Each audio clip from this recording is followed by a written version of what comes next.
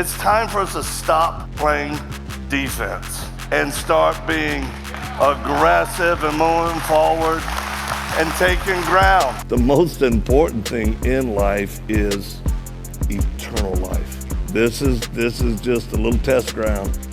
I'm not holding back, and I'm not being quiet or small for what God's done in and through my life. Please welcome Victor Marx.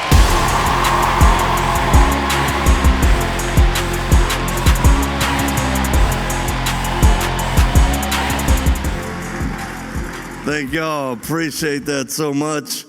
Thankful to Seth for the courage to do something like this, for the church that would welcome it, and for each speaker that y'all are hearing and gonna hear.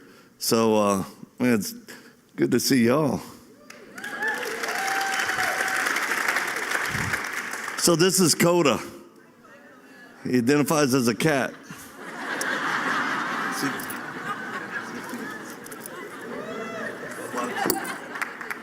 He's fine unless you drop the leash. What?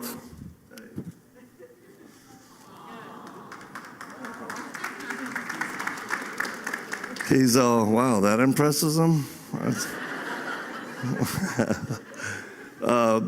We use dogs on our team.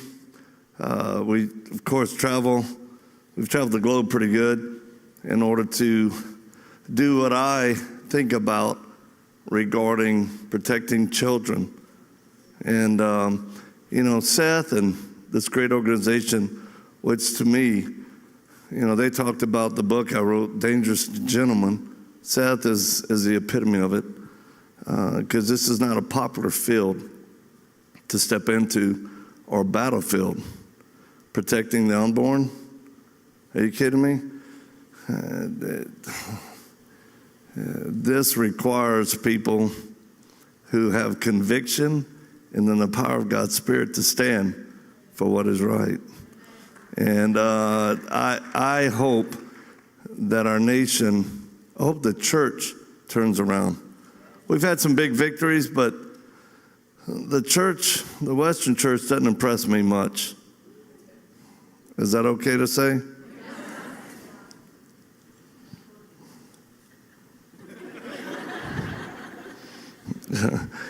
I've learned to not really care what they think anymore, because everything was good.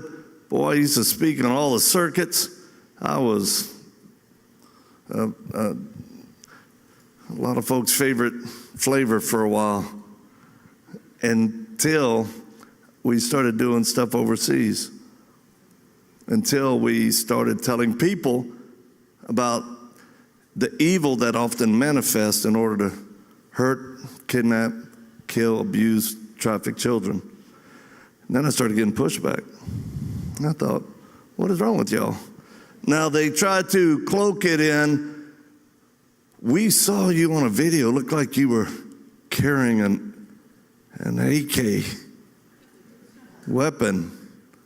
I said, well, didn't look like it, I actually was. And then the super spiritual saints, they come out, right? And they'd corner me and go, hey, I thought you were a missionary. And I try to discuss this and that, but ended up, best response I could say is, I am, just not a good one. But I sure welcome you to come and visit us while we're in Iraq or Syria, crossing into combat areas and being shot at, and you can show me how it's done. And by the way, do you lock your door at night? And if they do, I go, well, that's not a lot of faith. So I think I fill in with the organization a certain place where people are going to always come against pro-lifers because they don't want anybody to tell them about their sex. That's what I tell people. You mess with money or people's sex, here it comes. And you guys, the church has failed miserably. Well, let me tell you where they've succeeded in the U.S., being worshipers. Man, we have turned out some of the best worship music in the world. But there's more. The balance for a healthy believer is a worshiper and a warrior. That is what the Lord calls himself. It's in the Bible. And I find that people oftentimes hide behind worship. When I say worship, I'm talking about not just the music, but everything that encompasses it. Just love, peace, joy, grace. Don't stand up. We got to win. Don't offend. I'm like, well, that's okay unless there's not real fruit. There's not real disciples being made. That faith, that must be put in action. Doesn't the Bible say faith without works is dead? Yeah. So I think a great balance is to be a worshiper and a warrior. And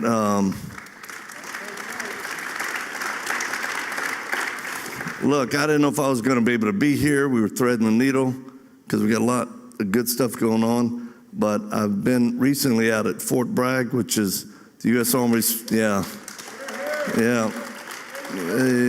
U.S. Army Special Operations, one of their main hubs, and even a group that doesn't exist there.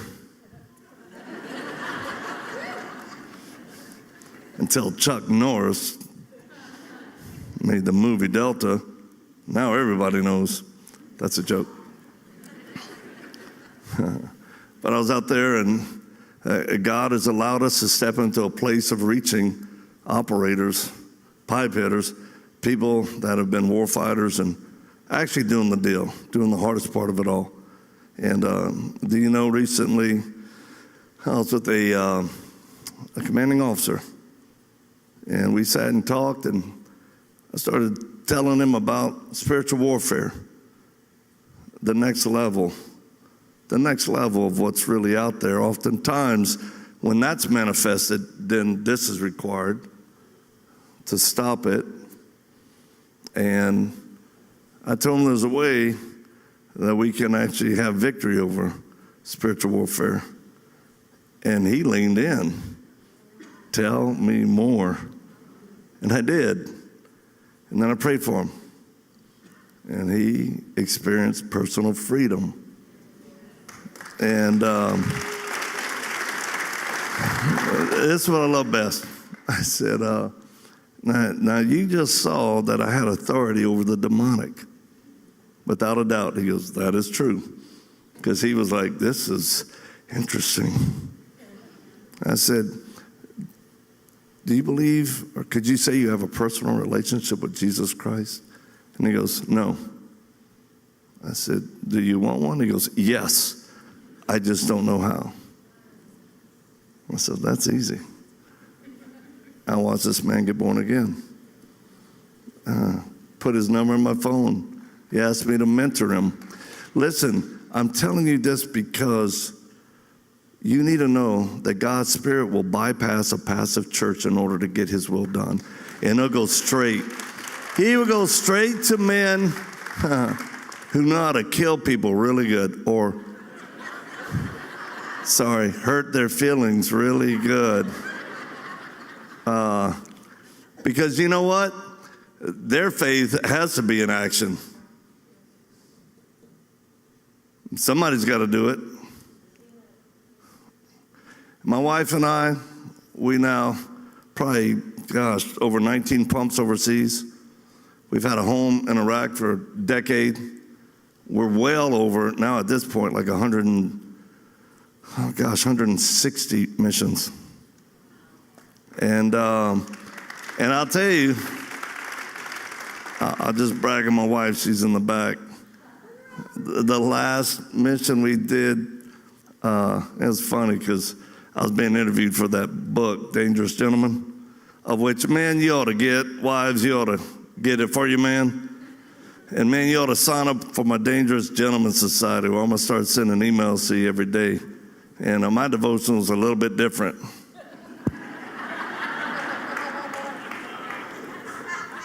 I think people realize that when I was doing a devotional in Iraq, in Sinjar, on a berm, saying, hey, one of my guys was filming, I said, I'll do it. Hey, it's great, we can just have a little bit. Rounds were going over us because ISIS was behind me. I was like, that's ISIS. Dangerous Gentleman Society. Sign up for that email. But I was being interviewed. I said, Mr. Marx, so when did you retire from high-risk work? Because you normally, 30s, get around 40 people retire. I was like, young man, I didn't get busy till I was in my 50s. I've done all this in my 50s. And my next birthday is in a couple of weeks, July 5th, and I turned 60. I can't wait. I'm like, yo, bring it. Come here, 60. Oh, man, this is how 60s are going to look for me. And so I'm going to just women, because the majority here are women, which I want to change that, quite honestly.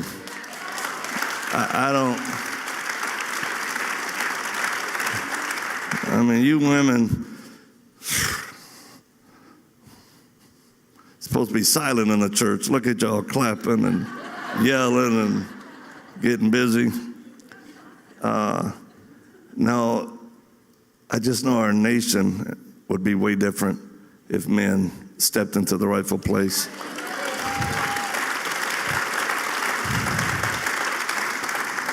If men had to look at a girl they were dating who wanted to have sex and said, no, you're worth waiting for, there wouldn't be an abortion issue. It would be God's way. Most people don't talk like that because they feel they're hypocritical because they didn't do that. Well, look, I'm going to tell you right now, you're not a hypocrite if you talk about what's right unless you're still doing what's wrong. Don't let the enemy silence your voice for what's right. And I thank God. I told my wife, you're worth waiting for. We had both been in relationships, but when we got sweet on each other, I want to be close. So we're going to do it God's way. Because it looks like the world's way don't really work. And you know what? We're celebrating. We passed 36. We're heading toward 37 years of marriage. 37. I've never cheated or been cheated on. And I broke the curse of my family.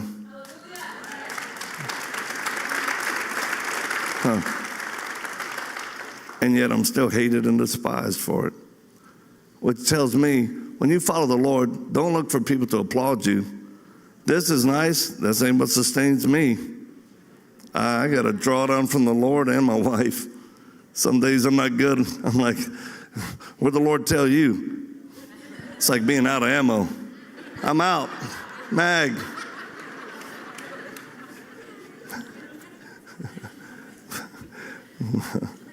But this interviewer said, hey, when did you retire? I said, oh, come on, man. I said, my wife and I just completed a mission into Iraq. Planned for 6 months, executed in 5 days. We rescued a girl who had been held captive for 9 years. Her family thought she was dead. She was held captive by ISIS. Bore 2 children in slavery. And I told my wife, we need a female to be first point of contact on this mission. What do you think? She said, I'm in. And trust me, it's normal for her. So we're in Iraq in our house, prepping, we got to gear out. I said, babe, can I film you getting your gear on? She goes, that's weird. I said, I know, but well, we're not going to do this forever. We're raising up a whole new generation. She goes, all right, one time. And I watched her put on her under belt weapon, couple mags, custom dagger. She put on low-profile body armor through a nice jacket, that master boots, grabbed a frag grenade, put it in a lipstick case, put it in her pocket, pulled out her backpack, threw in a tomahawk, cash, night vision, some other goodies, slung it. And when she grabbed her AK, that's custom, and racked around in it, at that point I went, I don't know whether to be terrified or turned on. I'm going to be quite honest. And she geared up to do battle against the enemy. That night, that young woman was returned in our house with both her kids, and we got her to the family. Listen to me, with God, all things are possible. With God, all things are possible. We love y'all. Never give up the fight. Be a worshiper and a warrior. Protect your marriage and fight for those kids who are born, who the enemy wants to destroy, as well as the ones who still haven't been born. God bless y'all.